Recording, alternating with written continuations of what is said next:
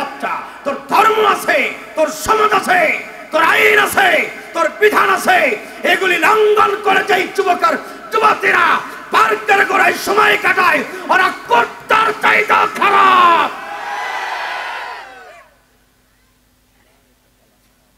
কথা ঠিক না? এজন্য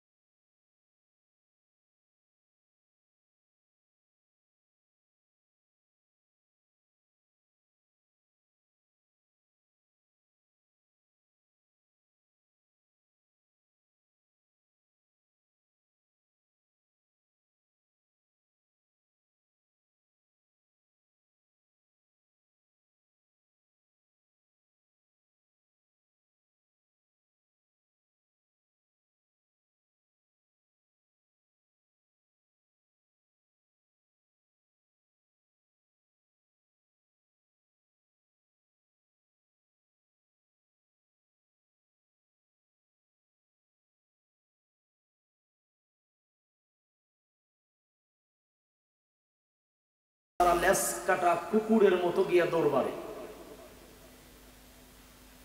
আর নিজ ধর্মের মাহফিলের জন্য পোস্টার করা হলো, মাইকিং করা হলো, অলরেডি আওয়াজ চলমান। এরপরে আবার আলাদা করে তাকে ডেকে মাহফিলে আনতে হবে। আমি তো মনে করি এরা এখনো মুসলমানের কাতারেই ঢুকতে পারে না। আমরা ডাকবো না, তবে আপনার কথাই ঠিক। আমরা একটু দোয়া করি, আল্লাহ যারা বাহিরে আছে হাগের মাজায় গিরায় হাত পাই একটু শক্তি দাও মাহফিল আসা। আমিন পাই না, যারা বলেন আমিন। এখন দোয়া যদি ওদের জন্য কবুল হয় তো আসবে, না হলে তো আর কিছু করার। শেষ একটা দৃষ্টান্ত দিচ্ছি তাদের ব্যাপারে। অনেক মানুষ মাহফিলে আসে, আশপাশ দিয়ে ঘোরে, কিন্তু ভিতরে আসে না, এমন লোক আছে না ভাই? আছে। এদের দৃষ্টান্ত হলো ওই গাধার মতো, যে গাধা তার পিঠে চিনির বস্তা বহন করে। 30 বছর গাধার পিঠে চিনির বস্তা। কত বছর? কথা বলেন, কত বছর? কিন্তু গাধা চিনির স্বাদ মজা বোঝে না। কেন বোঝে না? বস্তা কিন্তু পিঠে, কিন্তু কখনো জিহ্বাতে চিনি লাগাই নেই। এত কাছে থাকার পরে গাধা যেমন চিনির স্বাদ বোঝে না, কিছু মানুষ আছে মাহফিল আয়োজন হলে আশপাশ যে ঘুরে মেলায় গিয়ে ঠেলা খায় বেড়ায়, জান্নাতের বাগানে ঢোকে না। এই জন্য এত কাছে থাকার পরে কোরআনের নূর আর হিদায়াত তাদের কপালে জোটে না। তাদের জন্য দোয়া রইল, আল্লাহ যেন আসার মতো শক্তি দান করেন। একবার বলি আমিন। এখন আপনারা যারা বসছেন, আপনাদের জন্য দুটি কথা। প্রথম কথা, আপনারা যারা বাদাম আর পান খাইতেছেন, যা গালে দিচ্ছেন গিলে ফেলান, আর দেবেন না। খাওয়া দাওয়া বন্ধ করেন। এই যে কষ্ট করে বসছেন, এই বসাটা যাতে কাজে লাগে, বসাটা যাতে কাজে লাগে সেই দিক লক্ষ্য করে আলোচনা করতে হবে এবং আলোচনা শুনতে হবে। কথা ঠিক কিনা বলেন? আমি আপনাদেরকে একটা প্রশ্ন করি, একটু জবাব দিন। যারা কথা বলতে পারেন তারা জবাব দিবেন, যারা বোবা তাদের কাছে আমার কোনো উত্তর নেই। আমার প্রশ্ন হলো, আপনার এখানে যারা আছেন সকলের জীবনে কম বেশি গুনাহ পাপ আছে না নাই? মাশাআল্লাহ, উত্তরটা ভালো হয়েছে। এখন কোরআনুল কারীমের আলোচনার মাধ্যমে যদি কারো জীবনের পাপ ধরা পড়ে, কারো জীবনের পাপের সঙ্গে যদি আলোচনার সাংঘর্ষিক হয়, মুখোমুখি হয়ে যায়, তাহলে ওই ব্যক্তির কি করা উচিত? হুজুরকে মনে মনে গালাগালি করা উচিত, অথবা হুজুরের বিরুদ্ধে ষড়যন্ত্র করা উচিত না। কি করা উচিত? ওই কথার উপরে তওবা পড়ে মাহফিল থেকে ভালো হয়ে বাড়িতে যাওয়া উচিত। কথা ঠিক কিনা জোরে বলুন। তাহলে আসেন প্রথমে আমরা জেনে নিই, আর কথা বলবো না, সরাসরি আলোচনাতে যাচ্ছে। আমরা এই মুহূর্তে প্রথমে জানবো কোরআনুল কারীমের মাহফিল শোনার পরে হিদায়েত পায়ে বাড়ি যাবে কারা, আর ওয়াজ শোনার পরে হুজুরের 14 গোষ্ঠী গালাগালি করতে করতে বাড়ি যাবে কারা? বলেন, বাংলাদেশে ওয়াজ শোনার পরে আলেমরে গালি দেয় এমন লোক আছে না নাই? খালি গালি দেয় না, এই দেশে আলেমরা হক কথা বললে তাদের বিরুদ্ধে শত শত মামলাও দেওয়া হয়। ঠিক তো পাবেন না, ভিতরে ভয় আছে। হ্যাঁ, হয় না? মামলা দেওয়া হয় না? আমরা এখন প্রথমে জেনে নেই ওয়াজ শোনার পরে মানবে কারা আর হুজুররে গালাগালি করবে কারা। এই দুই দলের পরিচয় দিয়েছেন কে? বলেন, কে দিয়েছেন পরিচয়? আল্লাহ পাক দিয়েছেন। আসেন এক নম্বরে জানি, কোরআনুল কারীম শোনার পরে এই কোরআন কোন দিলওয়ালা, কোন অন্তরওয়ালা কোরআনের কথাকে মানতে পারবে আর মানতে পারবে, এটা জানার পরে মূল আলোচনাতে যাবে। একসাথে বলি ইনশাআল্লাহ। আল্লাহ পাক বলেন, ইন্না ফী লাযিকরা লিমান কানা লাহু কলবুন আও আলকাস সামআ ওয়া হুয়া শাহীদ।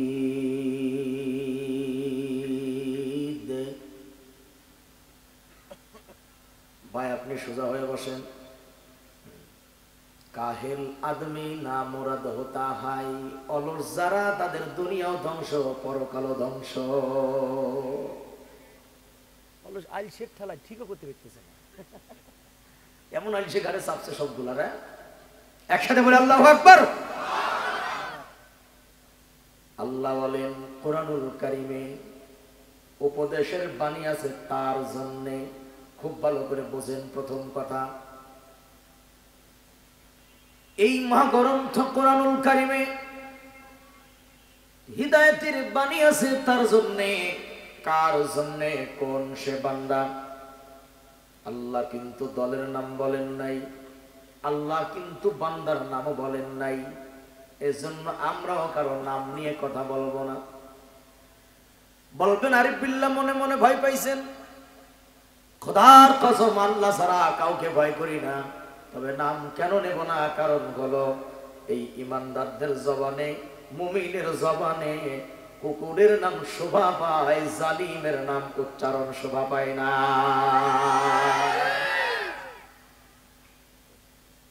যারা কথা বলতে পারেন তারা জবাব দেন পুরুষের মতো, উচ্চকণ্ঠ উত্তর দিবেন। প্রশ্ন করে জানতে চাই, আমার এই সোনার বাংলাদেশে, ছোট্ট বাংলাদেশে জালিমের জাত আছে না? না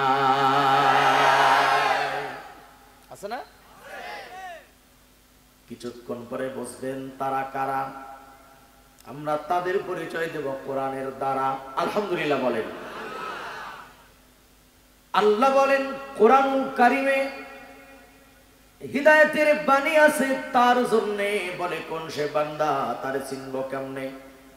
আল্লাহ পাক চিনার জন্য পয়েন্ট দিয়েছেন আয়াতে দুইটা। এক নাম্বার পয়েন্ট হলো উপলব্ধি করার মতো, বুঝার মতো আকল আছে যার, অন্তর আছে যার, এই কোরআনুল কারীমের হিদায়াতের বাণী আছে তার জন্য। বলেন না সুবহানাল্লাহ। এর মানে হলো কোরআন শুনতে হলে ভালো একটা মন নিয়ে বসা লাগবে। আবু জাহিল মার্কা মন নিয়ে কেউ যদি কোরআন শোনার জন্য বসে, এই কোরআন তারে কোনো হিদায়াত দিতে পারবে না। আর একটা বার জোরে সরে বলে, আমাদের বাংলাদেশে আবু জাহেলদের নাতি পতিরাও আছে না নাই? আছে না? দুই নাম্বার পয়েন্ট হলো অথবা বান্দা যেন নিবিষ্ট মনে কোরআন শোনে। এক নাম্বার হলো উপলব্ধি করার মতো মন থাকা লাগবে। দুই নাম্বার হলো নিবিষ্ট মনে কোরআন শোনা লাগবে। তরুণ যুবকের আমার দিক তাকাবা, মনে রাখবা ওলামায়ে কেরামের দিক তাকালে গুনাহ হবে না, বরঞ্চ তুমি তোমার গার্লফ্রেন্ডের দিকে যতবার তাকাবা জিনা লিয়াদাইনিল্লাহ, চোখের জিনা হবে। ওলামায়ে কেরামের দিক তাকালে আল্লাহ রাব্বুল আলামিন চোখের সগীরা গুনাহগুলো maaf করে দিবে। এবারে যুবক সুবহানাল্লাহ কইতে কেন হইছে? হ্যাঁ, ইয়াং মানুষ মরা মানুষের মতো বসে আছে। স্ট্রং হবা, কথা বলবা। শুনেছি খুলনার মানুষ নাকি এই যে কি জাল খান আপনারা, সুইজাল, সুইজাল, সুইজাল। আচ্ছা হইলো, যেটা হইলো হইলো। জাল খাইলে তো মানুষের পাওয়ার বাইরে থাকে, আপনাদের পাওয়ার তো লো পর্যায়ে আছে। আওয়াজ ভিজা ভিজা কেন? আজকে মুসলমান আওয়াজ না দেওয়ার কারণেই কিন্তু আমাদের দেশের শিক্ষা ব্যবস্থার ভিতরে শরীফ শরীফার গল্প জায়গা পাইছে, ঠিক কিনা? এই জন্য কথা বলবা, চোখ কান খোলা রাখবা। কবি বলেছেন চোখটি বোঝে মুখটি গোজে থাকবা কত কাল। চোখ কাল বাড়াও, তুমিও কিপটে কম নামিয়া নয়েজ নিলে নয়েজ স্টপ করে দিবা। চোখটি বোঝে মুখটি গোজে থাকবা কত কাল, দেশটা মদের চুষে খাইল ওই শগুনের পাল। বলেন শগুনের জাত এই দেশে আছে না নাই? দিলি বাড়াবানা। চোখটি বোঝে মুখটি গোজে থাকবা কত কাল, দেশটা মদের চুষে খাইল ওই শগুনের পাল। তাই তো মদের দেশটা আজ রক্তে লালে লাল, তাই তো মদের দেশটা আজ রক্তে লালে লাল। চোখটি বোঝে মুখটি গোজে থাকবা কত কাল, দেশটা মদের চুষে খাইল আবু জাহেলের দল। কথা ঠিক কিনা? আল্লাহ বলেন যারা মনোযোগ দিয়ে কুরআনুল কারীমের বয়ান শ্রবণ করবে, আল্লাহ পাক অন্যত্র বলে আল্লাযীনা ইসতামিউনাল কওলা ফায়াত্তাবিউনা আহসানা। আল্লাহ বলেন যারা মনোনিবেশ সহকারে কোরআনকে শ্রবণ করবে। বলেন তো কথা কে বলেছেন? ইয়াংরা কথা বলবা। আমার আল্লাহ বলেন কুরআনুল কারীমের বক্তব্য যারা অন্তরের কান দিয়ে শ্রবণ করবে আর কোরআনের উত্তম বাণীর উপরে আমলের নিয়ত করবে, আল্লাহ তাআলা বলেন তাদের জন্য রয়েছে পুরস্কারের ঘোষণা। সুবহানাল্লাহ, সুবহানাল্লাহ। পুরস্কার পাবে কারা? মনোযোগ দিয়ে কোরআন শুনবে যারা। এবার আসেন কি সেই পুরস্কার আছে আল্লাহ তার বান্দাকে দেবেন। আল্লাহ এই পুরস্কারটা আমাদেরকে দিও, বলি আমিন। কি সেই পুরস্কার? আমার আল্লাহ বলেন যারা মনোযোগ দিয়ে কোরআনের বাণী শুনবে আর আমলের নিয়ত করবে, পুরস্কার তারা পাবে। এখন আমি পুরস্কারের ঘোষণা করব, শোনার পর আপনারা জোরে সোরে আল্লাহু আকবার বলবেন ইনশাআল্লাহ, ইনশাআল্লাহ। アッラー বলেন পুরস্কারটাকে শুনে নাও। উলাইকা আল্লাযীনা হাদাহুমুল্লাহ।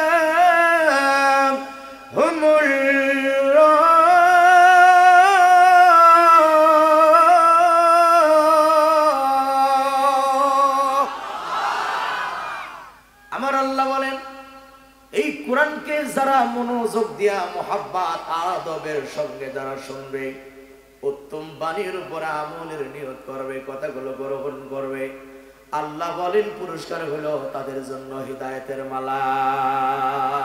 সুবহানাল্লাহ। এর চাইতে দামি কথা বান্দার জন্য আর কিছু হইতে পারে না, কথা ঠিক কিনা বলেন? হিদায়াতের মালা, হিদায়াতের রাস্তা আল্লাহ দেখাবেন যারা কোরআনকে মনোযোগ দিয়ে শ্রবণ করবে। আল্লাহ পাক আর একটু বাড়িয়ে বলেন, এই যুবক কান লাগান, আল্লাহ পাক আর একটু বাড়াইয়া বলেন যারা কোরআন শুনে হিদায়াতের রাস্তার সন্ধান পেয়ে গেল, এবার আল্লাহ পাক পুরস্কারের পরে তাদের একটা সনদ দিচ্ছেন, সার্টিফিকেট দিচ্ছেন। আলহামদুলিল্লাহ বলেন। সার্টিফিকেট কে দিচ্ছেন যুবক? কি সেই সনদ? আল্লাহ বলেন, ওয়া উলাইকা হুম উলুল আলবাব।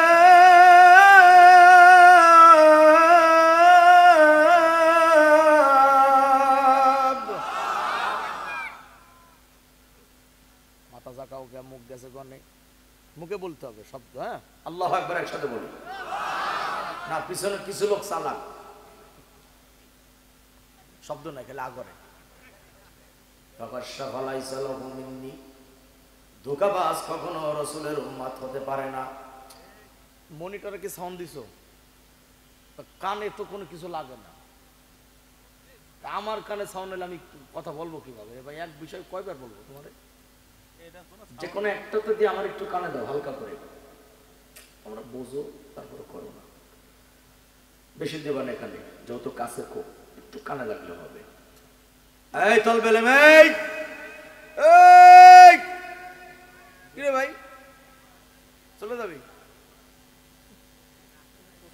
প্রস্তাব করতে যাচ্ছে, ছুটি নিয়ে যাবেন, ইশারা করবেন, এটা আদব, মজলিসের আদব, কথা ঠিক কিনা বলেন? কান খাড়া করে শোনেন। আমার আল্লাহ বলেন, কোরআন যারা মনোযোগ দিয়ে শুনলো তারা হিদায়াতের সন্ধান পেয়ে গেল, আর যারা হিদায়াতের রাস্তা পেয়ে গেল, আমার আল্লাহ বলেন তারাই গেল বুদ্ধিমান। সুবহানাল্লাহ বলেন। বুদ্ধিমান তারা, হিদায়াতের সন্ধান পেয়ে গেল যারা, কারণ হিদায়াত যারা পাইল তাদের কাছে আল্লাহর পক্ষ থেকে আল্লাহর জ্ঞান এসেছে তাদের কাছে। কার জ্ঞান আসছে? কার জ্ঞান? আল্লাহ প্রদত্ত জ্ঞান তাদের কাছে আসছে। আর যার কাছে আল্লাহ প্রদত্ত জ্ঞান আছে সেই হলো বুদ্ধিমান, তারাই হলো বুদ্ধিজীবী। কিন্তু আমাদের দেশে যে গাধাগুলা পড়াশোনা জানে না, ধর্ম জানে না, ওই জাহেলদের নামের আগে লেখা হয় বুদ্ধিজীবী, কথা ঠিক কিনা? আছে না নাই? একটাও বুদ্ধিজীবী নয়, নামের আগে লেখছে বুদ্ধিজীবী। 20টা বছর পড়াশোনা করলো, 30টা বছর পড়াশোনা করার পরে নামের আগে বুদ্ধিজীবী লাগাইছে, কিন্তু মানুষ মারা গেলে তারা জানাজার নামাজ পড়ার নিয়ম জানে না। এমন কপাল পোড়া বুদ্ধিজীবী বাংলাদেশে আছে না নাই? কথা বলেন, আছে না নাই? আরে এরাই তো ষড়যন্ত্র করে শিক্ষানীতির ভিতরে বানরের থিওরি ঢুকাইছে, এরাই তো ষড়যন্ত্র করে সমকামিতার গল্প আমার দেশের 7 ক্লাসের ভিতর ঢুকাইয়া দিয়েছে, ঠিক কিনা কথা বলেন? তবে তাদেরকে বলি, আর তাদের সমর্থকদেরকে বলি, তোমরা কান খুলে শুনে রেখো, আজ না হয় কাল, টুডে টুমরো তোমাদের ষড়যন্ত্র বানচাল হয়ে যাবে। সমস্ত আবু জাহেলদের ষড়যন্ত্র ধূলিসাৎ হয়ে মাটির সাথে মিশে যাবে।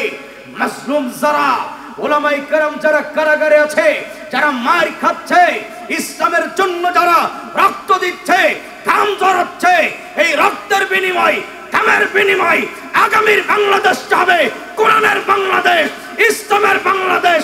সেই লক্ষ্যে যদি ময়দানে ডাক আছে, ওলামায়ে কেরামের সাথে আপনারা ময়দানে ঝাঁপিয়ে পড়তে পারবেন। কোন কোন মায়ের ছেলেরা হাত আমার আল্লাহর দেখায় দাও।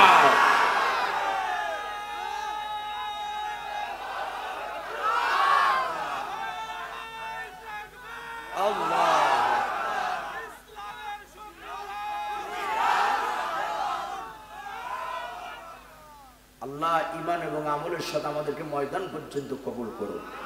আর জোরে বলে আমিন। ময়দানে ডাক আসলে যাওয়ার সাহস আছে তো? এই মুরব্বীর আছে তো সাহস? মাশাআল্লাহ, চুল পাকছে, দাড়ি পাকছে, এখনো ভিতরেরটা তাজা আছে। কথা ঠিক কিনা বলেন? আল্লাহ আপনি কবুল করেন। আর একবার বলে আমিন।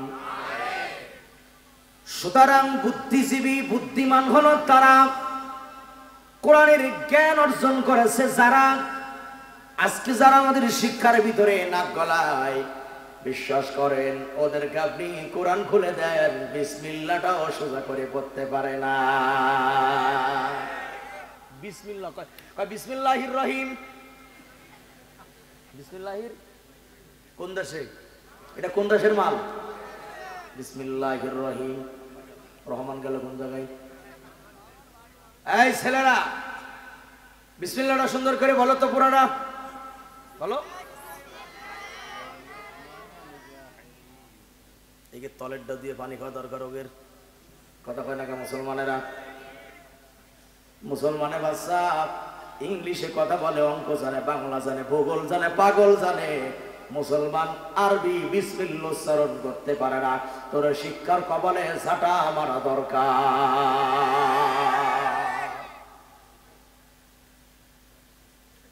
ডক্টর বুদ্ধিজীবীরা জানাজার নামাজে দাঁড়াইছে, প্রথম কাতারে সবগুলা বুদ্ধিজীবী, সবগুলা বুদ্ধিজীবী। মাঝখানে একজন মহিলাও দাঁড়াইছে। আচ্ছা, আপনাদের দেশে জানাজায় কি মহিলারা দাঁড়ায়? কথা কয় না কে? মহিলারা দাঁড়ানোর বিধান নাই। আমরা দেখলাম বাংলাদেশে বুদ্ধিজীবী মারা গেলে মহিলারাও দাঁড়ায়। দাঁড়াইছে, ভালো করছিস। এখন জানাজা ছিল কোন কায়দার? আমরা দেখতে পাইলাম কেউ কেউ আল্লাহু আকবার বলার পরে হাত বাঁধেও না, ছাড়েও না, এরকম ধরে রাখছে। আবার কেউ উঁচু করে, কেউ নিচু করে। কিছু কিছু বুদ্ধিজীবী জানাজার মাঠে দাঁড়ায়া ঈদের নামাজ আদায় করে। ঠিক কিনা কথা বলেন? এদের বাপ মা কপাল পোড়া। তুই বাদাম পরে খাতে পারতেছিস নে, ছোট ভাই, যা গেলে খাই ফেলে, আর দিস না। এই হলো গেম পার্টি, এরা গেম পার্টি। ভালো করে শোন ভাই, কাজে লাগবে ইনশা। মনে করছে আরিফ বিল্লাহ কিছু দেখতেছে না, মানে শব্দ দেখতেছে, কিটা কি করতেছে। নড়াচড়া করবেন না, ভালো করে শোনেন। যেই বাপ মা সন্তানদেরকে 20টা বছর পড়াশোনা করাইলো, কলেজ, বিশ্ববিদ্যালয়, ভার্সিটিতে, ওই সন্তান মানুষ মারা গেলে জানাজা পড়ার নিয়ম জানে না, এই বাপ মার চাইতে কপাল পোড়া বাপ মা আল্লাহর জমিনে আর কেউ হতে পারে না। কথা ঠিক কিনা? আর আমার দেশের মাদ্রাসার 10 বছরের ছেলেরা, 12 বছরের ছেলেরা হয়তো আমার ডক্টর নাই, বুদ্ধিজীবী নাই, কিন্তু আমার দেশের বাচ্চারা মানুষ মরে গেলে জানাজা পড়াইতে পারে, জুম্মার নামাজ পড়াইতে পারে, ঈদের নামাজ পড়াইতে পারে। প্রকৃত বুদ্ধিমান হলো আমার দেশের মাদ্রাসার ছেলেরা।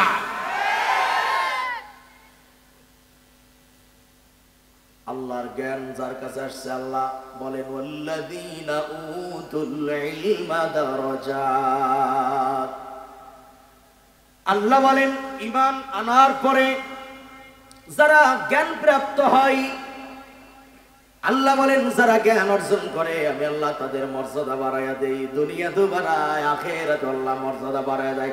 জবান খুলে বলেন ঠিক কিনা?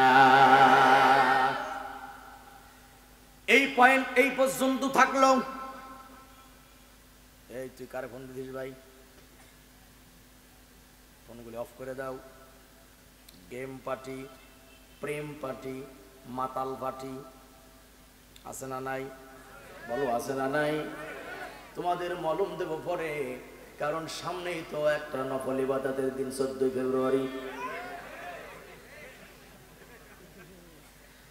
আমি তো জানি অনেক যুবক প্রস্তুতি নিয়ে ফেলাইছো।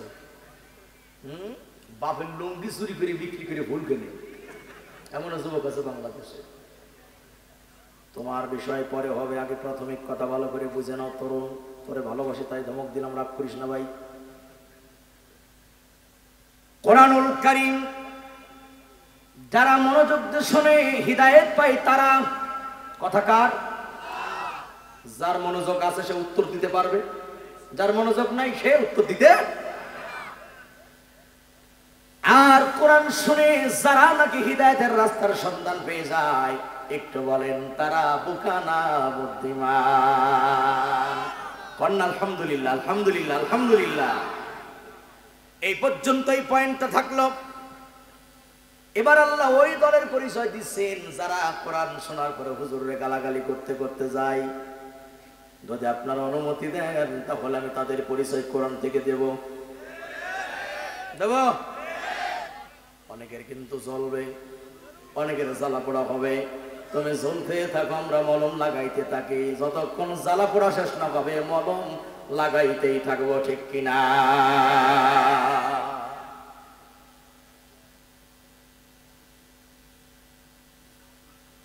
ভাইকে রাগ করতেছেন? ঠিক আছে। আল্লাহ বলেন وَإِذَا ذُكِرَ اللَّهُ وَحْدَهُ اشْمَأَزَّتْ قُلُوبُ الَّذِينَ لَا يُؤْمِنُونَ بِالْآخِرَةِ। এটা আল্লাহর বক্তব্য। আল্লাহকে বলে তরুণরা ওদেরকে চিনে নাও ভালো করে। আল্লাহ বলেন যখন আমি আল্লাহর নাম উচ্চারণ করা হয়, অর্থাৎ কোরআনের বাণী যখন প্রচার করা হয়, কোরআনের আওয়াজ যখন দেওয়া হয়, আল্লাহ বলেন তখন তাদের অন্তরে যন্ত্রণা হয়, তাদের অন্তরে ব্যথা হয়। আল্লাহর নাম শুনলে যাদের অন্তরে ব্যথা হয়, যারা সহ্য করতে পারে না, এমন 2-4 ডজন মানুষ আমাদের বাংলাদেশও আছে না নাই? আছে না নাই? আল্লাহর নাম সহ্য করতে পারে না, কোরআনের তাফসীর সহ্য করতে পারে না। তারা কেন পারে না? এর কারণ কি? আল্লাহ পাক বলেন কারণ হলো লা ইউমিনুনা বিল আখিরাহ। আখিরাত আছে, পরকাল আছে, এই চিন্তা তাদের মাথাতেই নাই। সারাদিন তারা দুনিয়া দুনিয়া দুনিয়া দুনিয়া কথা বলেন, ঠিক কিনা? সকাল থেকে সন্ধ্যা পর্যন্ত দুনিয়ার পিছনে দৌড়াই, আবার সন্ধ্যা থেকে সকাল পর্যন্ত জানোয়ারের মতো খায় আর ঘুমায়, কথা বলেন, ঠিক কিনা? এই জন্য মরহুম আইনউদ্দিন আল আজাদ রাহিমাহুল্লাহ তিনি সুন্দর করে বলে গিয়েছিল, রাতে দিনে দৌড়া দৌড়ি বিশ্রামের সুযোগটা নাই, নামাজ কালাম দূরের কথা, আল্লাহর নামটাই মুখে নাই। এমন ভদ্রলোক আমাদের দেশে নাই? রাতে দিনে দৌড়া দৌড়ি বিশ্রামের সুযোগটা নাই, নামাজ কালাম দূরের কথা, আল্লাহর নামটাই মুখে নাই। তোর পিছে মহা বিপদের সংকেত আছে, কি জবাব দিবি রে তুই আল্লাহর কাছে বল, কি জবাব দিবি রে ভাই হাসরের মাঠে? যুবকের একটু জোরে সোরে বলবা, হাসর আমাদের সামনে আছে। কি মনে হয় আছে? হাসর আমাদের সামনে আছে। হালাল হারাম না মানিয়া কত টাকা করছে কামাই, এত টাকা রাখবে কোথায়? কাফনের তো পকেট। মাশাআল্লাহ, কিছু লোক সজাগ আছে। হালাল হারাম না মানিয়া কত টাকা করছে কামাই, এত টাকা রাখবে কোথায়? কাফনের তো কি নাই। টাকা পয়সা লইয়া কি কেউ কবরে গেছে? কি জবাব দিবি রে হারাম খোর আল্লাহর কাছে তুই? কি জবাব দিবি রে তুই আল্লাহর কাছে? আর একটা বার বলো, জবাবের দিন মরণের পরে সামনে আছে না নাই? জোরে সাক্ষী দেওয়া আছে না নাই? ওয়াতারাল মুজরিমিনা ইয়াওমাইযিন মুকাররানিনা ফিল আসফাক।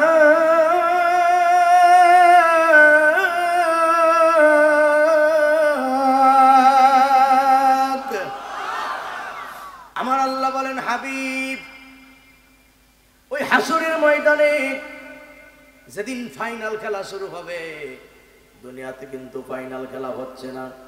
যদিও মাঝে মধ্যে আমাদের কিছু লোক বলে খেলা হবে, এরকম বলে, কি বলে না? বলে ডাকে না খেলার জন্য, টাকাটা কি করে না? দুনিয়াতে আসল খেলা পাবে না, তবে যারা খেলার জন্য ডাকে হাসরের ময়দানে তারা সেদিন কি বলবে? সেদিন কি বলবে? না না না না, সেদিন বলবে খেলা শেষ। ঠিক কিনা বলেন?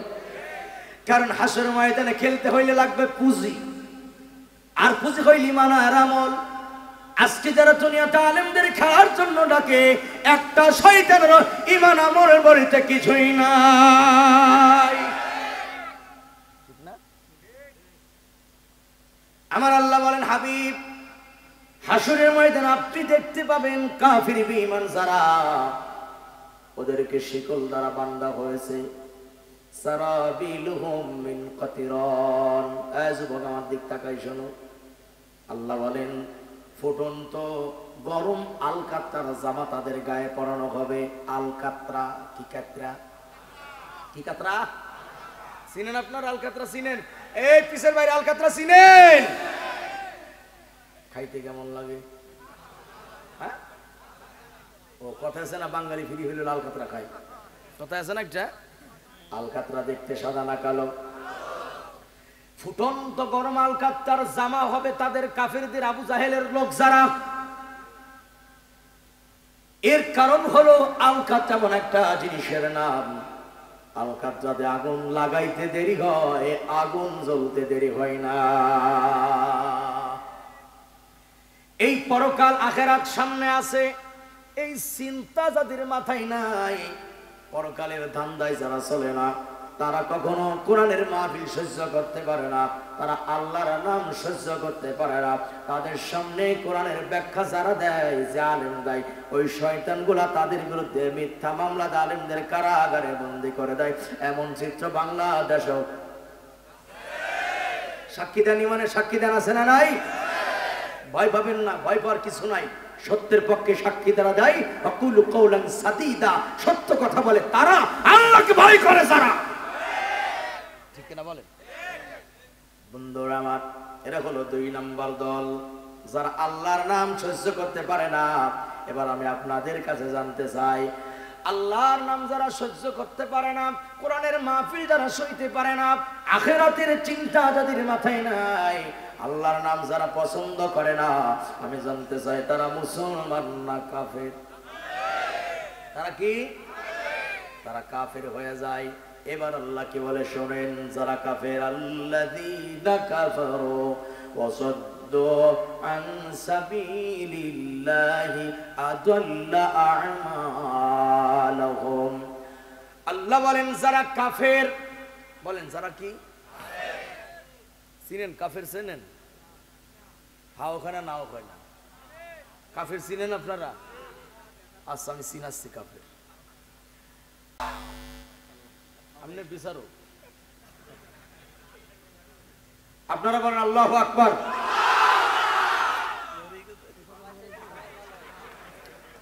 ও আপনি কাছাকাছি সেই জন্য নাকি? আচ্ছা শোনেন, এর একটু জোর হয়েছে, কারণ আছে। না, সংখ্যা বেশি সেজন্য না। আদাল্লু আলাল খায়রি কাফাইল, যে ভালো কাজ করে তার দেখা দেখি যদি আরেকজন করে, উভয়ের আমল নামায় সমপরিমাণ নাকি। সুবহানাল্লাহ।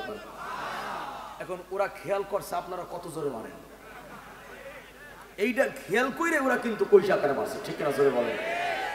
ওরা যে জোরে মারছে, এর পিছনে মেহনত কাকে? আপনাদের আছে না মেহনত? যেহেতু নেকিও দেখা দেখি সমান, আমি নাম্বারও দিলাম সমান। এইবার 2 দলে একসাথে জবান ছেড়ে চিৎকার করে মুহাব্বতে আকাশ বাতাস মুখরিত করে একবার বলি আল্লাহু আকবার।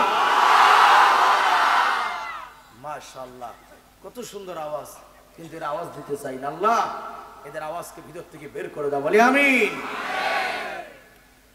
যুবক ভালো করে শোন ভাই, নাইলে এমন দোয়া করবো জীবনেও কপালে বউ পাবি না, সারা জীবনে তিবে থাকা লাগবে। এজন্য ভালো করে শোনো, দোয়া হবে তোমাদের জন্য ইনশাআল্লাহ। আল্লাহ বলেন যারা কাফের, নিজে আল্লাহর পথে চলে না, অপরকে চলতে দেয় না। وقال الذين كفروا لا تسمعوا لهذا القرآن ওয়ালগাউ ফীহি লাআল্লাকুম তাগলিবুন।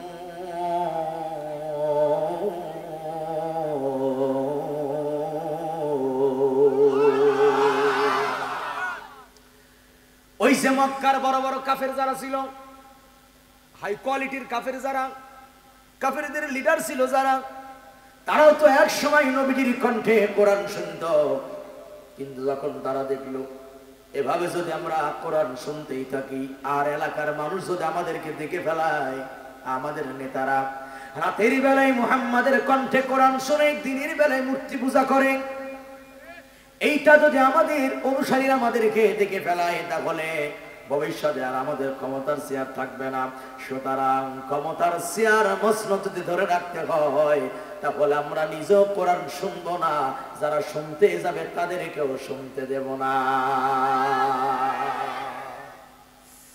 এই আবু জাহেল যাই সিদ্ধান্ত নিল, ষড়যন্ত্র করলো, নিজেও শুনবো না, কাউকে শুনতে দেব না। এবার আরেকবার বলেন, এই ষড়যন্ত্র ১৫০০ বছর আগে হয়েছিল, ১৫০০ বছর পরে এখনো ষড়যন্ত্র বিশ্বের ময়দানে আছে না নাই? আছে, কিন্তু লাভ লাভ ওয়ামাকারু ওয়ামাকারাল্লাহ ওয়াল্লাহু খায়রুল মাকিরিন।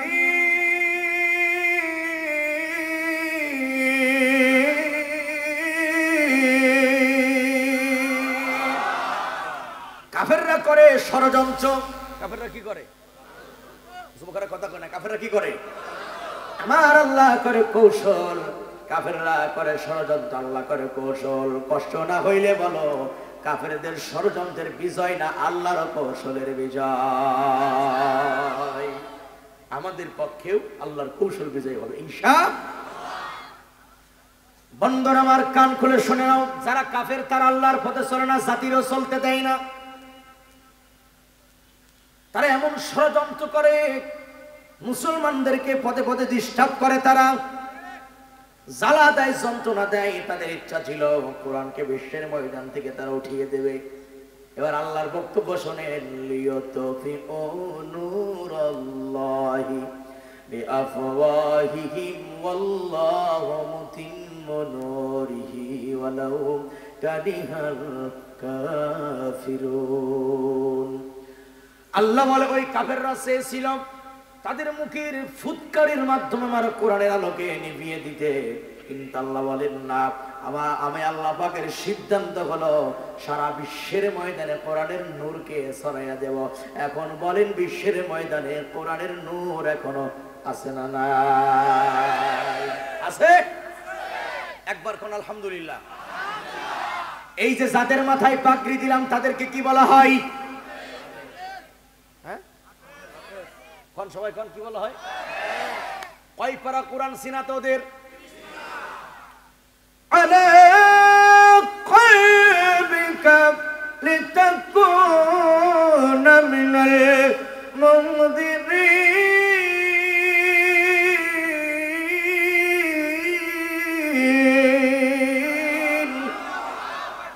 আল্লাহ বলেন, হাবিব আমি আপনার কলমে কোরআন রাখলাম। কোথায়? কথা কয় না, কোথায়?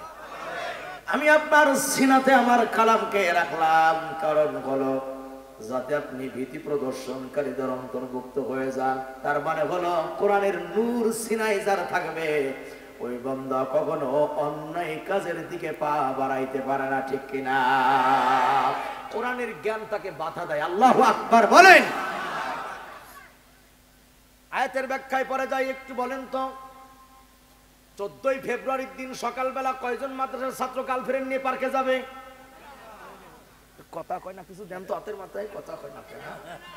এই মাদ্রাসার তালবেল ইমরা গার্লফ্রেন্ড নিয়ে পার্কের গোড়ায় যাবে না। কেন যাবে না? কারণ হলো আল্লাহর কোরআনের জ্ঞান তারে বাধা দেয়। কথা ঠিক কিনা? একটু বলে যাই, এই 14 ফেব্রুয়ারির দিনে আমার দেশে হাজার হাজার বোনেরা ধর্ষিতা হয় কি হয় না? ধর্ষিতা হয়। আমগো দেশে যারা নারীবাদী তারা সেদিন আর চোখে দেখে না, আসলে তারা নারীবাদী নয়, তারাই হলো নারী ভোগী। তারা কি? তারা নারী ভোগী। আমি যুবকদের জন্য একটু বলে যাই, মাঝখানে হয়তো মনে থাকবে না, মুরব্বীরা মাইন্ড করবেন না, উদাহরণটা দেওয়া লাগবে। বাংলাদেশে একটা মাস আছে, ওই মাসে দিনের বেলায় কুকুরের, 2 কুকুরে রাস্তাঘাটে জোড়া লাগে। মুরব্বীরা কথা কটা, কুকুরে লাগতেই পারে, ওর ধর্ম নাই, ওর সমাজ নাই, ওই যা ইচ্ছা তাই করতে পারে। কিন্তু মুসলমানের ছেলেরা মেয়েরা বিয়ে ছাড়া বয়ফ্রেন্ড গার্লফ্রেন্ড পার্কের ঘুরাই জোড়া লাগে কি লাগে না? এই কথা বলে লাগে কিনা? ওই যে রমনা পার্কের গাছের গোড়ায় বসেছে ওরা জোড়ায় জোড়ায়। রমনা, খুলনাতে তো পার্ক নাই, হ্যাঁ কি পাশের বেড়া কিছু কন্যা, খুলনাতে পার্ক নাই। এই খুলনা পার্কের গাছের গোড়ায় বসছে ওরা জোড়ায় জোড়ায়। মানুষ না কুকুর যাই নাচে না, মানুষ না জানোয়ার যাই নাচে না, ওদের আচরণ চলা ফেরায়। রমনা পার্কের গাছের গোড়ায় কুত্তা কুত্তি জোড়ায় জোড়ায়। বালহম আদল, কুকুরের সমাজ নাই, কুকুরের ধর্ম নাই, কুকুরের জ্ঞান নাই। 2 কুকুরের রাস্তাঘাটে যাই ইচ্ছা তাই করতে পারে। কিন্তু তুই মুসলমানের বাচ্চা, তোর ধর্ম আছে, তোর সমাজ আছে, তোর আইন আছে, তোর বিধান আছে, এগুলি লঙ্ঘন করে যাই যুবকের যুবতীরা পার্কের গোড়ায় সময় কাটায়, ওরা কুত্তার চাইতে খারাপ।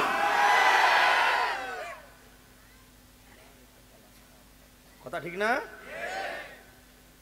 এজন্য এই কুকুরের আচরণ যারা গ্রহণ করতে চাই না, আজকের মাহফিল থেকে তওবা হবে। যতদিন বাঁচবো পশ্চিমাদের সংস্কৃতি 31 নাইট, 14 ফেব্রুয়ারি এমন নোংরা এই সমস্ত দিবস আমাদের না। আমরা আজ থেকে ওয়াদাবদ্ধ হব, যতদিন বাঁচবো এই সমস্ত দিবস আমরা পালন করব না। ইচ্ছায় রাজি আছেন কারা কারা? হাত আমাকে দেখান। আর আপনারা কই যান? হ্যাঁ, আপনারা তেমনি পালন করবেন। এই হাত তোলেন, যুবকেরা যুবকেরা হাত উঠান, হাত সোজা করে ফেলান, একদম সোজা হবে হাত। এই দেখতো ভাই, উঠাই নাই কোনটা হাত? মুরব্বী আপনি কি করবেন? হাত নামান। হ্যাঁ, যুবকেরা সোজা করেন, হাতের পাতাকে ছাড়িয়ে দেন, ধরেন, ছাড়েন, ধরেন। এর পেতেছেন কি লিগা মিয়া? আমি যা কই তাই শোনেন। ধরুন, ছাড়ুন, ধরুন, ছাড়ুন, ধরুন, ধরুন, ছাড়ুন। এবার একটু নাড়াচাড়া দিন। জান্নাতের বাগান, বাগানে ফুল ফুটছে। আল্লাহু আকবার বলেন। আর আল্লাহু আকবার। আল্লাহ এই হাতগুলি তুমি নাপাক সংস্কৃতি থেকে বাঁচায় দাও, বলি আমিন। মনে থাকবো ইনশাআল্লাহ, যুবকেরা মনে থাকবো ইনশাআল্লাহ। আল্লাহদের ঈমান জীবন যৌবনকে আপনি হেফাজত করেন, বলি আমিন। সুতরাং যুবক ভাইরা খুব ভালো করে শুনবেন, মাঝে মধ্যে আপনাদের 2-1 করে ঔষধ দেওয়া হবে। আল্লাহ পাক যুব সমাজকে খালিদ বিন ওয়ালিদের মতো কবুল করেন, বলি আমিন। হাফেজদের সিনার ভিতরে আল্লাহ 30 পারা কোরআন জ্ঞান ধারে বাধা দেয়, গুনাহ করতে পারে না। এই যে একজন মানুষ, ওই যার একজন মুরব্বী দেখতেছেন, এই টুপি নিয়ে দাড়ি নিয়ে তারা কি সিনেমায় যাইতে পারবে? ভালো যেতে পারবে? নবীজির সুন্নাহ তারে বাধা প্রদান করবে, ঠিক কিনা বলেন? এখন এই যে হাফেজে কোরআন যারা, যাদেরকে পাকি পড়াইলাম, এই হাফেজে কোরআনদের সংখ্যা বিশ্বের ময়দানে 7 কোটি প্রায় কাছাকাছি হয়ে গেছে। আল্লাহু আকবার।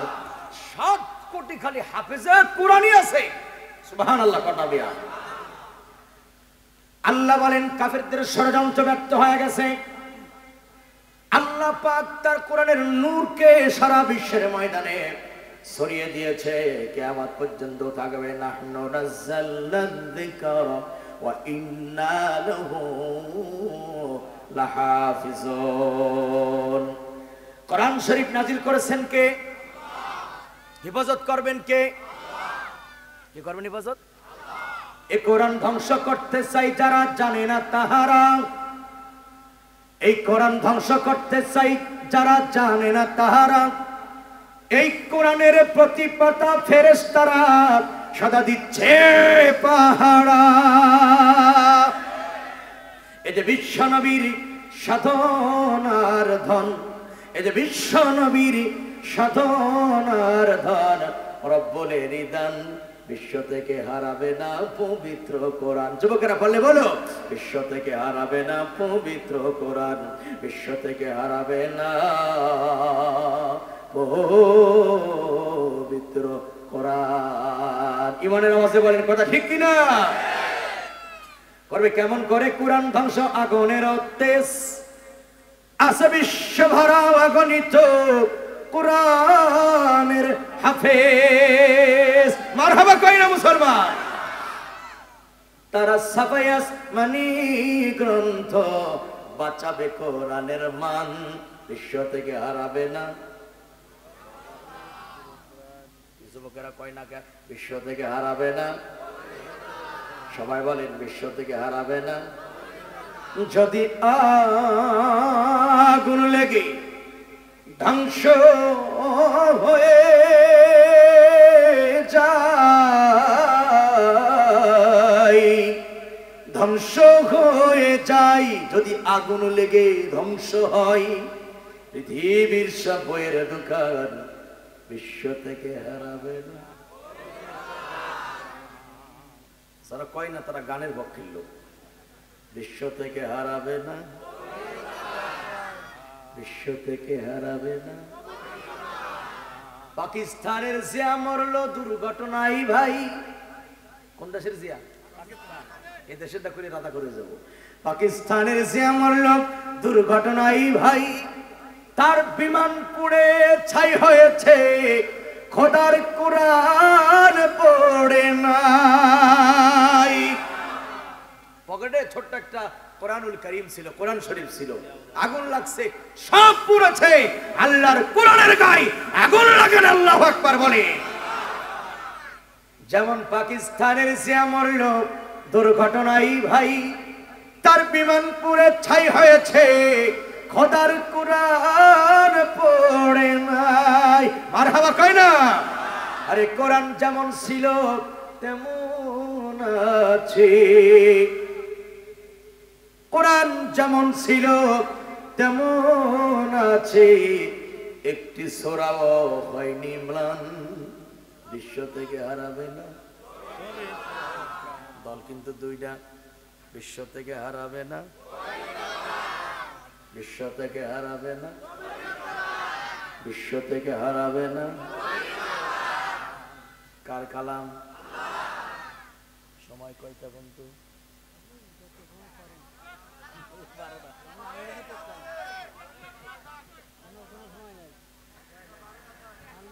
অনেক মুরব্বী আছে তো মাহফিলে, ওনাদের দিকে লক্ষ্য রাখা লাগবে।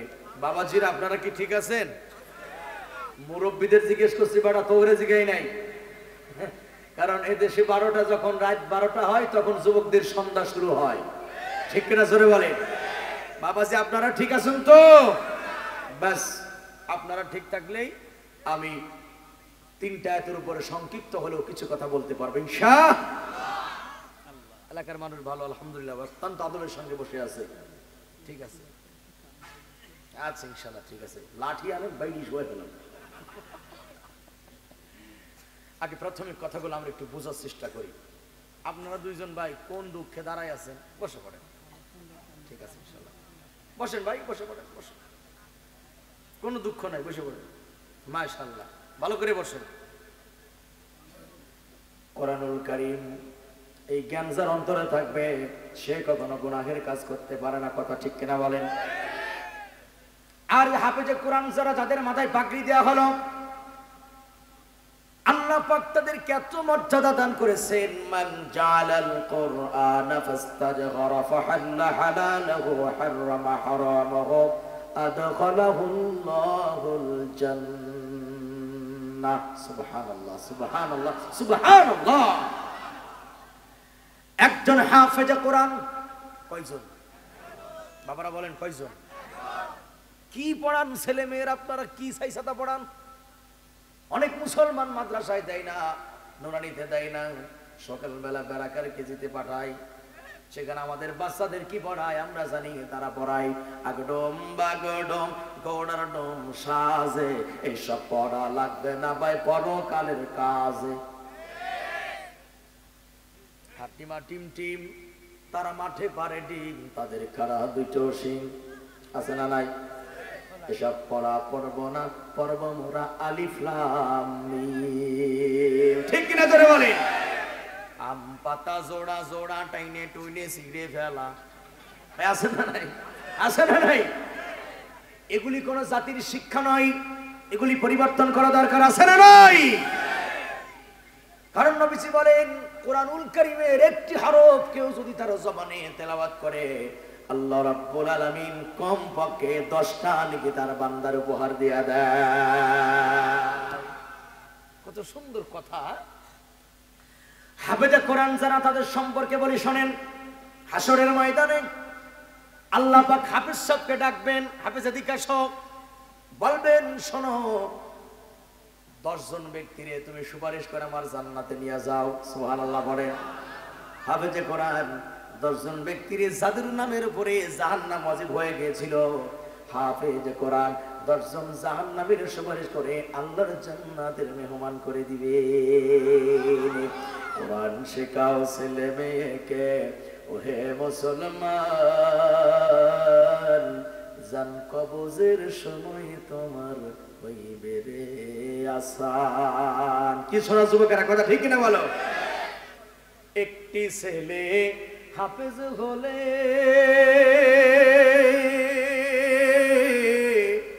পড়বে কোরআন মৃত্যুকালে। ঠিক কিনা চাচা? একটি ছেলে আলেম হলে পড়বে কোরআন মৃত্যুকালে, ভেগে যাবে মরদুদ শয়তান, ভেগে যাবে মরদুদ শয়তান, বাজবে রে ঈমান। কোরআন শেখাও ছেলে মেয়ে, বলেন না কোরআন শেখাও ছেলে মেয়েকে ওহে মুসলমান, জান কবজের সময় তোমার। আর যদি কোরআন না শিখান আপনি কবরে চলে যাবেন, আপনার কবরে ঘাস উঠবে, আপনার কবর উপরে ময়লা আবর্জনা হয়ে যাবে, আপনার সন্তান বিড়ি টানতে টানতে যাবে, আপনার জন্য দোয়া করবে না। ঠিক না বলে? এবার শোনেন, হাফেজের একটা কারামত শোনাচ্ছি, বাস্তব ঘটনা, কান খাড়া করে শোনেন। ওই যে 80 দশকে রাশিয়ার পক্ষ থেকে হামলা হলো আফগানিস্তানে, তাদের প্রথম টার্গেট ছিল আলেম ওলামা হাফেজে কোরআন। কারণ সব দেশের বাতিলেরা জানে যদি আলেমদের ধ্বংস করতে পারি জাতির ল্যাংটা করে সারা যাবে। ঠিক কিনা? দিলের কান খাড়া করুন। হাফেজ সাহেব আলেম তাদেরকে টার্গেট করেছে জালিমেরা। প্রতিদিন হাফেজ মারে, আলেম মারে, প্রতিদিন পাখির মতো গুলি করে করে মারে। একদিন এক মসজিদের ইমাম, তিনি হাফেজ কোরআন, রাশিয়ার সৈন্যরা চতুর্দিকটা ঘেরাও করে ফেলাইছে। হাফেজ সাহেব নামাজ কমপ্লিট করার পরে কোরআন শরীফটা বুকের সঙ্গে জড়াইয়া ধরলেন। একবার চিন্তা করে আমি যাব কি যাব না, আবার চিন্তা করে আমার আল্লাহ রিজিক যতদিন পর্যন্ত রাখছে আমার মরণ পৃথিবীতে কেউ দিতে পারবে না। ঠিক কিনা বলে? একটু সাউন্ডটা বাড়বে, ভোকালটা একটু সামান্য ভাই না বাড়বে, একটু বাড়ান, হালকা একটু বাড়ান, বেশি না হালকা বাড়াবেন। লক্ষ্য করুন, মাগরিবের নামাজ পড়া হাফেজ সাহেব কোরআন শরীফ বুকে নিয়া কয় আল্লাহ কপালে যা রাখছে তাই হবে। হাফেজ সাহেব রওনা করছে, সামনে রাশিয়ার সৈন্যরা দাঁড়ায় আছে। হাফেজ যখন কাছে চলে গিয়েছে, সৈন্যরা চতুর্দিক দিয়ে ঘেরাও করে ফেলাইছে। এবার সৈন্যরা তিরস্কার করে বলে, ও মৌলবী, আজকে তোমারে আমাদের হাত থেকে বাঁচাবে কে? হাফেজ বলে, ইন্নী আখাফুল্লাহ, আমি আল্লাহরে ভয় করি, আল্লাহ ছাড়া কাউরে ভয় করি না।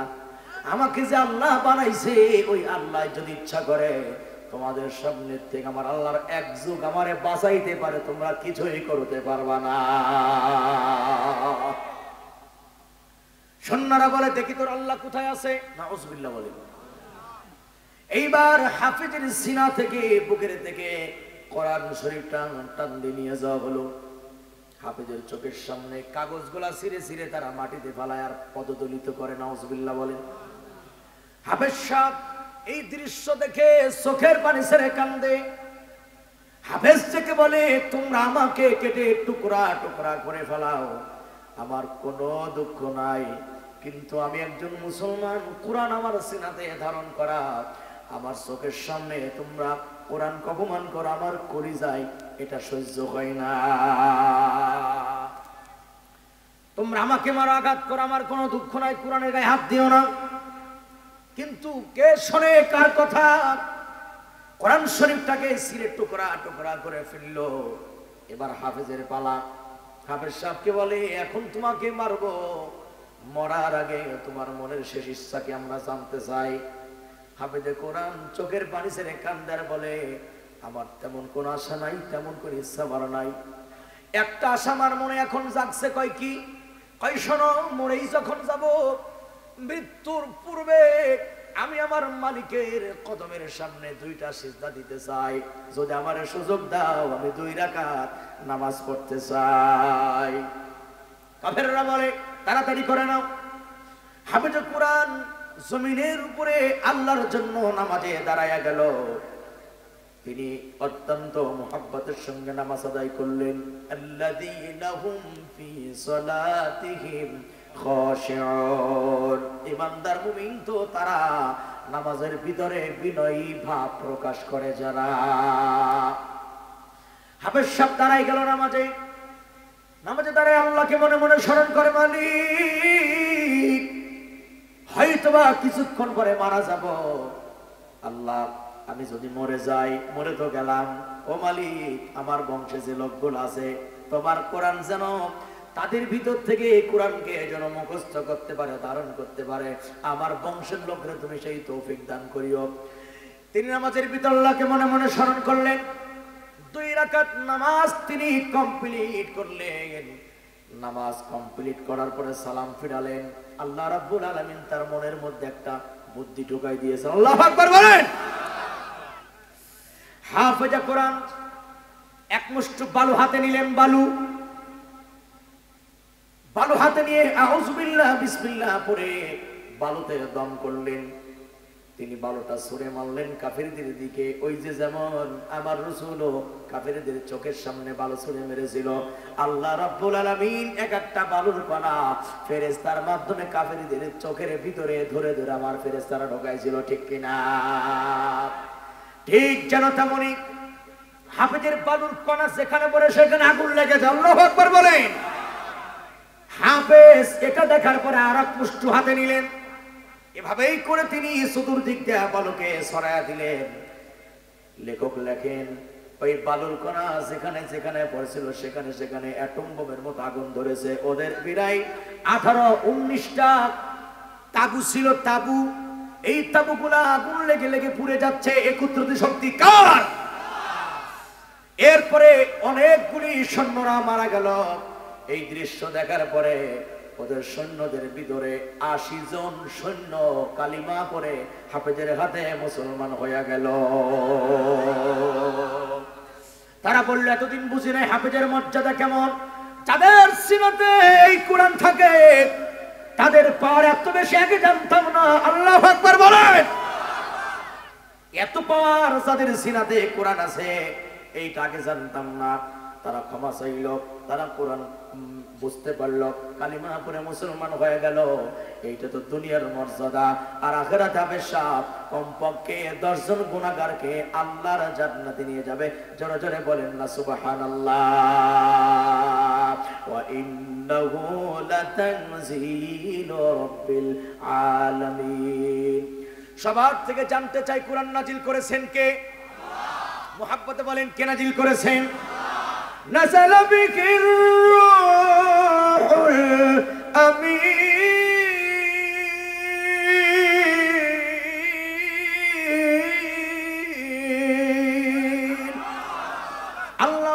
ফেরেশতা জিবরিল আমিন, তার মাধ্যমে আল্লাহ পাক এই কোরআনকে নাজিল করেছেন।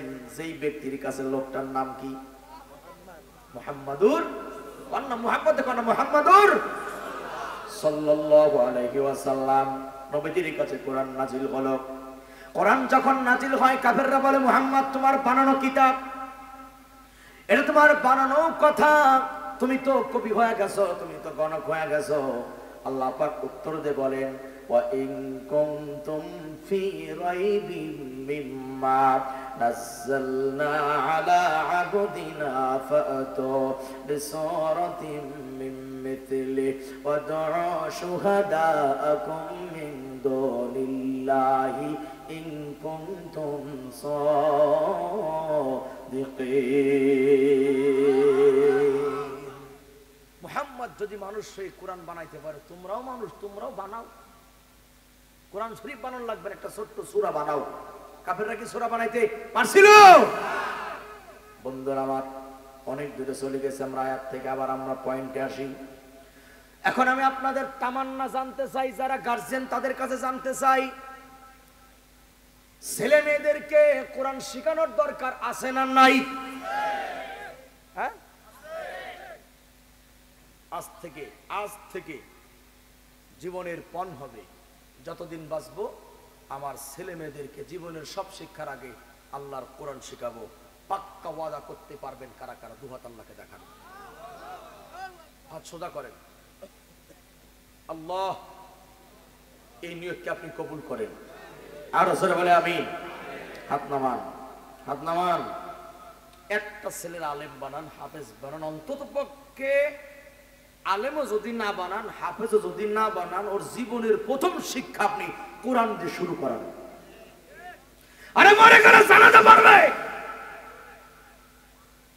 আপনার জন্য সূরা ফাতিহা পড়ে ইখলাস করে দোয়া করবে। কোরআন শিখাবেন না, মাদ্রাসায় পড়াবেন না, আপনার কবরে পেশাব করবে, দোয়া করবে না। গাঁজা খাবে, মদ খাবে, লাল বোতল খাবে, নীল বোতল খাবে, ইফটিজিং করবে, ধর্ষণ করবে, প্রত্যেকটা গুনার ভাগীদার আপনি বাপ কবরে শুয়ে পাবেন। কারণ আপনি বাচ্চারে কোরআন শিখান নাই, আপনি কোরআন শিখান নাই।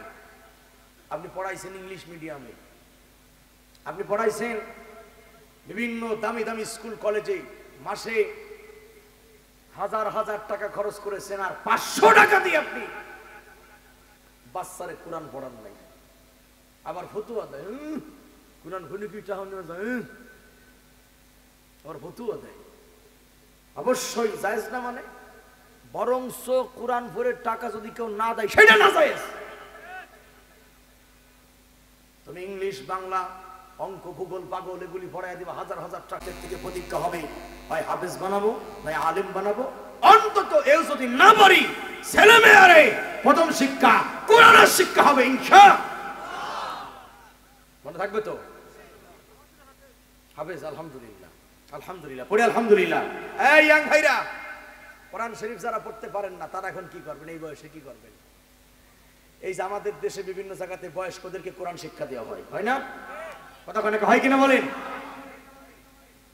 অনেক মুরব্বীরা ভর্তি হয় কোরআন শিখে, আর কিছু মুরব্বীদের চুলখানি আছে, তারা আসেও না, যায়ও না, বরং বিরোধিতা করে।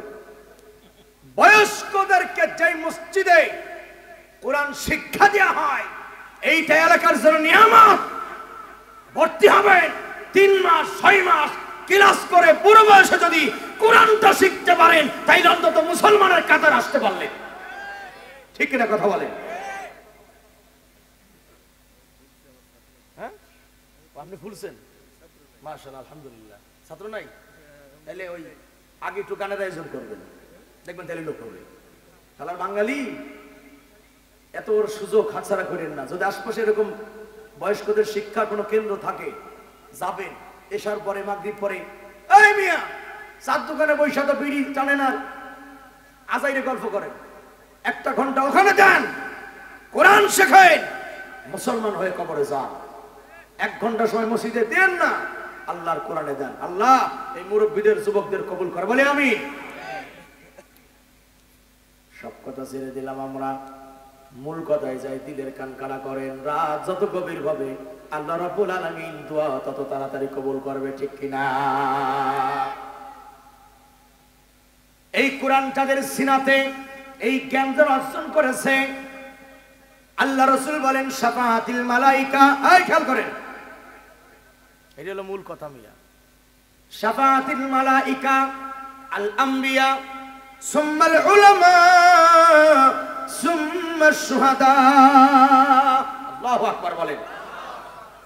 আল্লাহর হাবিব বলেন কোরআন ওয়ালারা তোমারে কোথায় নিবে শুনে নাও। হাসরের ময়দানে মানুষগুলা যখন আল্লাহর সামনে দাঁড়ায়া থাকবে, কোনো কথা বলবে না, নড়াচড়া করবে না, প্রচন্ড ওই সূর্যের আলোটা একবারে কাছাকাছি হবে। ভালো করে শোনেন, দিল নরম করে শোনেন, যুবকেরা শোনো। কঠিন ওই ময়দানে আল্লাহ রাব্বুল আলামিন এর সামনে সবাই দাঁড়াবে। ইয়াউমা ইয়াকুমুন নাসু লিরাব্বিল আলামিন, সবাইকে আল্লাহর সামনে দাঁড়াতে হবে। এরপরে একদল মানুষ আদম নবীর কাছে যাবে। কোন নবীর কাছে? উনি আমাদের কি আব্বা, উনি আমাদের কি পিতা? ওয়ালাকাদ কাররামনা বানি আদম। আদম বলবেন আমি আজকে কোনো কথা বলতে পারবো না আল্লাহর সামনে, আমার সাহস নাই। আল্লাহু আকবার। আদম বলবেন নূহ নবীর কাছে যাও। নূহ বলবেন আমিও পারবো না। নূহ বলবেন ইব্রাহিমের কাছে যাও। একটু জবান খুলে বলেন, সাহস করে বলেন, ইব্রাহিম আমাদের কি পিতা? কোন সবাই কোন কি পিতা? মিল্লাতা আবিকুম ইব্রাহিম হুয়া সাম্মাকুমুল মুসলিমিন।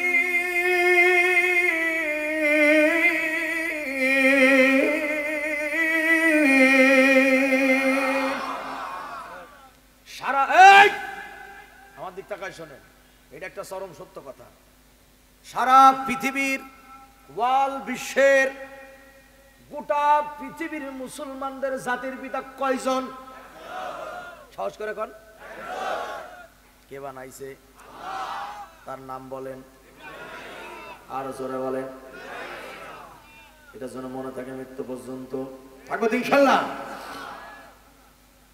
ইব্রাহিম বলবেন তোমরা মুসা নবীর কাছে যাও। আমিও কথা বলতে অবশ্যই সেদিন দেওয়ানবাগের পিসাব কথা বলবে। শালারে জুতোই দিয়ে বাইরে ফেরেস্তার যে কোথায় নেবে তার কোনো ঠিকানা থাকবে না, ঠিকানা কথা বলে না। ওই তো ওইটি আর কি। ইব্রাহিম বলবেন তোমরা চলে যাও মুসার কাছে। মুসা বলবেন আমিও কথা বলতে পারবো না। এবার তোমরা ঈসার কাছে যাও। ঈসা বলবেন শোনো, এদিক ওদিক যায় কোনো লাভ নাই। যদি আজকে মুক্তি পাইতে চাও তাহলে মুহাম্মদ রাসূলুল্লাহর কাছে যাওয়া ছাড়া কোনো গতি না।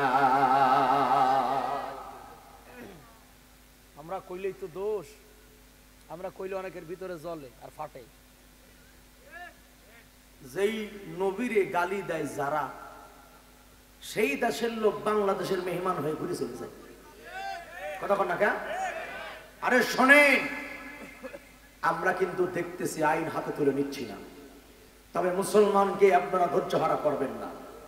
ধৈর্যের বাঁধ যদি মুসলমান একবার ভেঙে ফেলে, যারা রাসূলের গালি দেয় বাংলাদেশে, একবার যদি এদেরকে নামাজি মুসলমানেরা, ইসলামী আন্দোলনের কর্মীরা হাতের নাগালে পায়, নবীর দুশমনের যে পা টেনে রাস্তার কুকুরের খাবার বানাবে, ঈমান বুকে নিয়ে প্রস্তুত আছেন কারা কারা? নবীর দুশমনের বিরুদ্ধে লড়াই করতে পারবেন কারা কারা?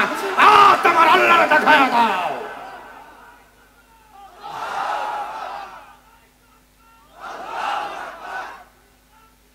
জিন্দাবাদ জিন্দাবাদ, নারায়ে তাকবীর, নারায়ে তাকবীর। আল কোরআনের আলো। ঠিক আছে চালাইলাম, এবার পরের স্টেপে যান। আল কোরআনের আলো। আরে ঘরে তো চলছে, তারপরে স্টেপে যান। আল কোরআনের আলো। আর এক জায়গা আছে, এটা হলো আসল জায়গা, এটা হইল আসল জায়গা। কলবেতে আল কোরআনের আলো। আল কোরআনের আলো। আল্লাহ তিন জায়গা কোরআনের নূর জ্বালানোর তৌফিক আমাদেরকে দান করো, আর জোরে বলে আমিন। এক নাম্বার আদি পিতা আদম। এই দেখেন আমাদের আব্বা কয়জন গুনে নেন। এক নম্বরে কোন আব্বা? দুই নম্বরে নূহ নবী, ও তিনিও জাতির দ্বিতীয় পিতা। ইব্রাহিম আলাইহিস সালাম, তিনি জাতির কি পিতা? মুসলমানদের জাতির পিতা। কয়জন হলো? তিনজন। এরপরে মা কানা মুহাম্মাদুন আবা আহাদিম মির রিজালিকুম ওয়ালাকিন রাসূলুল্লাহি ওয়া খাতামান নাবিয়্যিন। আমার আপনার রাসূল হলো আমাদের রূহানি পিতা। কন্না আলহামদুলিল্লাহ। কয়জন হইছে? কয়জন? এরপরে হলো জন্মদাতা আব্বা। কয়জন হইছে? তারপরে বিয়ে করলে শ্বশুর আব্বা। কয়টা হইছে? কয়টা হইছে? ছয়টা। এরপরে শিক্ষক, গুরুজন, পীর যাই বলেন, এই একজন।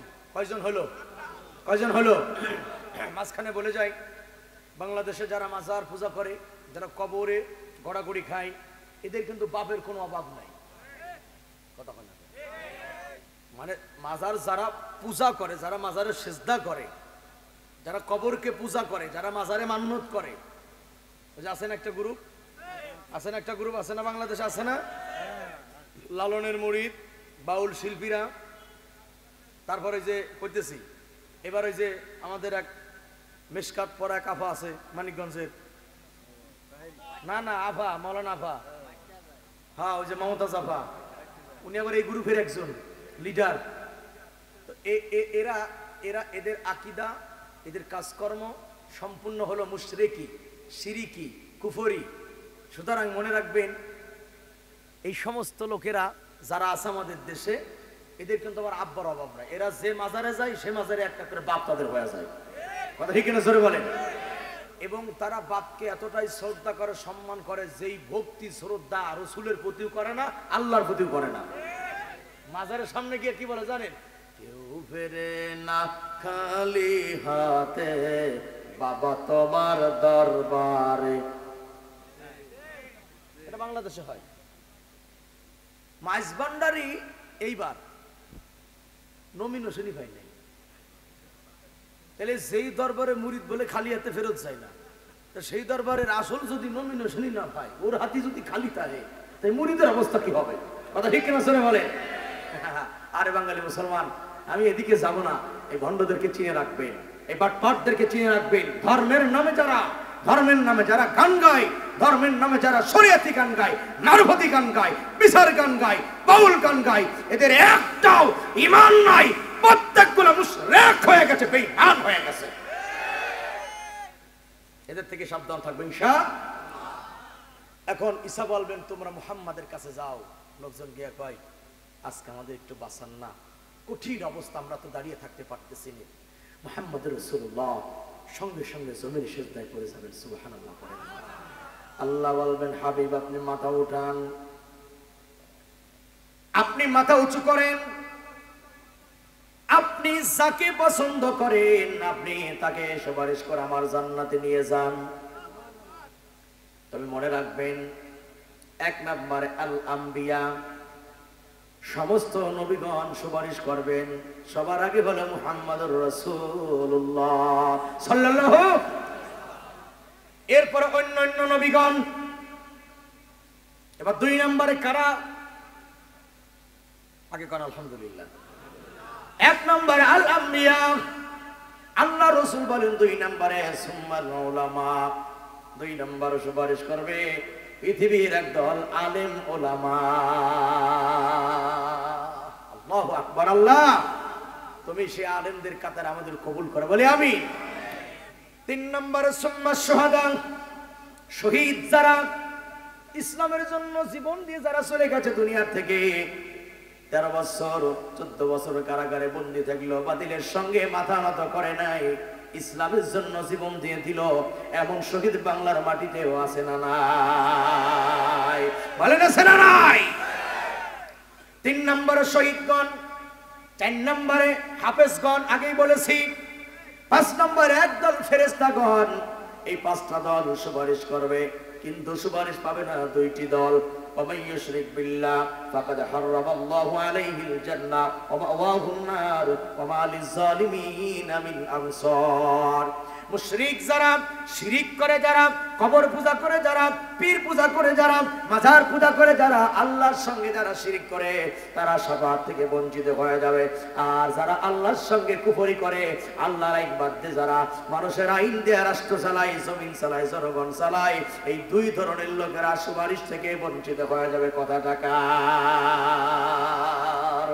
আল্লাহর আইন দিয়ে যারা মানুষকে চালায় না, নিজেও চলে না, জাতিরেও চালায় না, তারা হজ করতে পারে ভিআইপি বিমানে, তারা যাকাত দিতে পারে মানুষকে, তারা মাদ্রাসা করতে পারে, মসজিদ করতে পারে। একটা আইন যদি আল্লাহর লঙ্ঘন করে, খোদার কসম হাসরের মাঠে এই কুফরি কখনো সুপারিশ পাবে না। কথাটা কার? এবার একটু ছোট্ট করে বলে যাই, কানটা খাড়া করেন, না হলে পয়েন্টটা হারিয়ে যাইতে পারে। কোন জমিনকে যদি, কোন রাষ্ট্রকে যদি আল্লাহর কোরআন দিয়ে চালানো হয়, তার আগে জানতে চাই আমার বাংলাদেশটা কোরআন দিয়ে চলুক। আপনারা চান কি চান না? ঘুমাই গেছেন না জাগ্রত আছেন? এই ডান হাত দেখান তো, কারা কারা চান ইসলাম দিয়ে বাংলাদেশটা চলুক? আল্লাহ মালিক এই সুদিনটা দু চোখে দেখার তৌফিক দাও। আরো জোরে বলে আমি। হাত নামান। এবার মাথা সোজা করে শোনেন, যে রাষ্ট্র কোরআন দিয়ে চলবে সেই রাষ্ট্রের জনগণ প্রতিনিধির ভিতর আল্লাহ পাক ভালোবাসা মোহাব্বত দিয়ে ভরপুর করে দেয়। সুবহানাল্লাহ বলেন। আমাদের দেশে কি হয় তার কইলাম না, থাক আজকে হযরত ওমর রাষ্ট্রনায়ক। এই শোনেন, খালি তো কর্মী ইসলামের রাজনীতি নাই, ইসলামের রাজনীতি নাই, মৌলবীরা রাজনীতি করে, আর করবে না মানে গোটা পৃথিবীর ভিতরে সুস্থ রাজনীতির জন্মদাতা হইল টুপিওয়ালারা। হযরত ওমর জুম্মার দিন খুতবা দেবেন, মেম্বারের সিঁড়িতে পা রাখছেন, হাজার হাজার মুসল্লি, মসজিদ ভরা। একজন যুবক সামনের দিকে তারা কয়, হুজুর আমার একটা প্রশ্ন আছে, উত্তর দেবেন তারপরে খুতবা দেবেন। পাশের মুসল্লিরা কানা ঘোষা করে, কত বড় কলিজা, কত বড় সাহস, ওমরের সামনে দাঁড়ায় খুতবার আগে প্রশ্ন করে। যুবকের সাহস আছে। হযরত ওমর হাসিতে বলে, কি প্রশ্ন বলো? যুবক বলে, আমার প্রশ্ন হলো, এই রাষ্ট্রের বাইতুল মাল থেকে কিছু কাপড় আসছিল জনগণের জন্য, ওই লাইন আপনি ছিলেন, আমিও ছিলাম, একই মাপের কাপড় আপনি পাইলেন, আমিও পাইলাম, একই সমান লম্বা, একই সমান চওড়া। আমার কাপড় দ্বারা গিরা পর্যন্ত জামা বানাইতে পারলাম না, কিন্তু একই মাপের কাপড় দিয়ে আপনি গলা থেকে পা পর্যন্ত জামা বানাইলেন কেমনে? ব্যাখ্যা দেবেন, তারপরে জুম্মার খুতবা দিবে। আমাদের দেশে যদি সমাবেশ চলাকালীন এইরকম প্রশ্ন কোন যুবক দ্বারাই করেন নেতা সাহেবকে, যে আপনি ভোটের আগে ছিলেন রোহিঙ্গি, এখন এত বড় হইলেন কেমনি? আশপাশের চান্সেস যেগুলো থাকবে ওর আড্ডি গুড্ডি তছনছ করে বলা হবে। কথা ঠিক কিনা জোরে বলে না? ইসলাম ইসলাম ইসলাম কি শোনে? যুবক বলে, উত্তর দেন তারপরে খুতবা দেন। হযরত ওমর জবাবটা দেবে এমন সময় যোগ্য বাপের যোগ্য সন্তান দাঁড়াইয়া গেছে, আব্দুল্লাহ। সুবহানাল্লাহ। সন্তান দাঁড়ায়, উত্তরটা আমি দিচ্ছি শোনো। যেই লাইনে তুমি ছিল, আমার আব্বা ছিল, আমিও তো ছিলাম সেই লাইনের একজন। সুবহানাল্লাহ কই না মিয়া?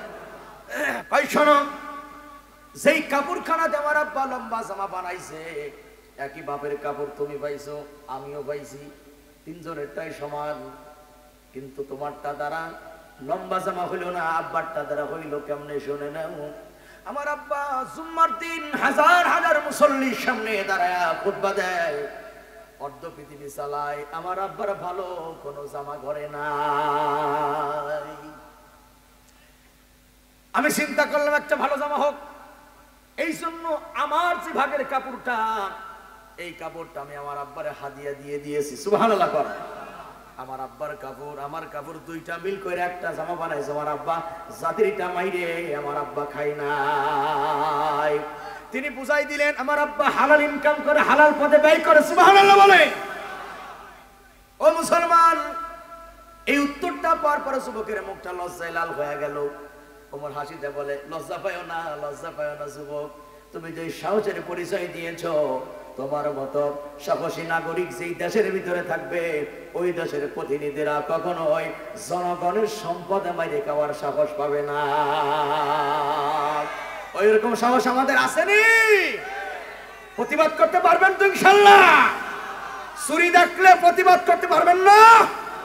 আল্লাহ সৎ সাহস দান করে বলে আমি। এবার একটা পয়েন্ট ক্লিয়ার করি, হারাম খাবেন না হালাল খাবেন?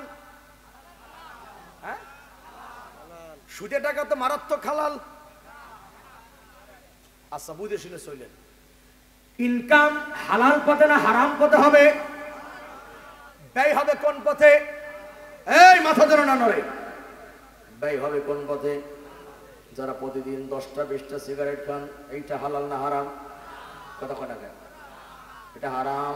যারা ইয়াবা খায়, ফেন্সিডিল খায়, ডাইল খায়, যারা এই ডাইল মসুরির ডাইল না অন্য কায়দার ডাইল, এই হারাম যারা খায় তাদেরকে বলি হারাম পথে ব্যয় করো না, হারাম পথে খরচ করো না, হারাম ইনকাম করো না। কারণ মনে রাখবা, হারাম যারা খায় রক্ত গোশত হাড্ডি সব আল্লাহর কাছে হারাম হয়ে যায়। ওয়াদা করে আজ থেকে হালাল খাওয়ার চেষ্টা করবো ইনশাআল্লাহ। ব্যয় করবো কোন পথে? ব্যয় করবো কোন পথে? এখন যারা একটু বেশি কিপটা তারা নড়াচড়া করবে, দেখেন যারা নড়বে তারা কিপটা, আর যারা উঠে চলে যায় তারা তো জাতীয় ছেঁচড়া বসে থাকে। আমি পয়েন্টগুলো রাখলাম, যদি পরে শোনাবো না হয় দোয়া করবো। আমাদের পয়সা কোন পথে ব্যয় হবে? হালাল। আল্লাহর ঘর মসজিদে দান করা হারাম না হালাল? যারা কিপটা তারা কথা বলছে না, হালাল না হারাম? নবীজির ঘরে মাদ্রাসায় দান করা হারাম না হালাল? এর চাইতে ভালো পথ পৃথিবীতে আর আছে? এই ছেলেরা, 200 টাকা দিয়ে ফুল কেনো না, 14 ফেব্রুয়ারিতে ফুল কিনে কাউকে দিও না, হারাম। ওই টাকাটা আল্লাহর নবীর ঘরে দিয়ে যাও, তলবে ইলমরা খাবে পড়বে। এর থেকে যত জ্ঞান, মানে যত দূরে জ্ঞানটা যাবে, প্রত্যেকের জ্ঞানের থেকে দানকারী এক এক অংশ সওয়াব হবে। সুবহানাল্লাহ বলেন। এজন্য আমি আমার পূর্বে আমার ভাই মনে হয় কিছু কালেকশন করেছে, আমি মুসাফির হিসাবে আমি খুব বেশি চাবো না আপনাদের কাছে। আচ্ছা বাকিতেও কি চলে না নগদ? চলে না? আচ্ছা, নড়বেন না, টাকা দেন বা না দেন বসে থাকবেন। অনেক রাত হয়েছে, আপনার অত্যন্ত আদবের পরিচয় দিয়েছেন, আলহামদুলিল্লাহ। কুরআনুল কারিমে পারা কয়টা জানে না মনে হয়? কয় পারা? 30 পারা না? 30 পারার সাথে 30 জন ব্যক্তি, এক এক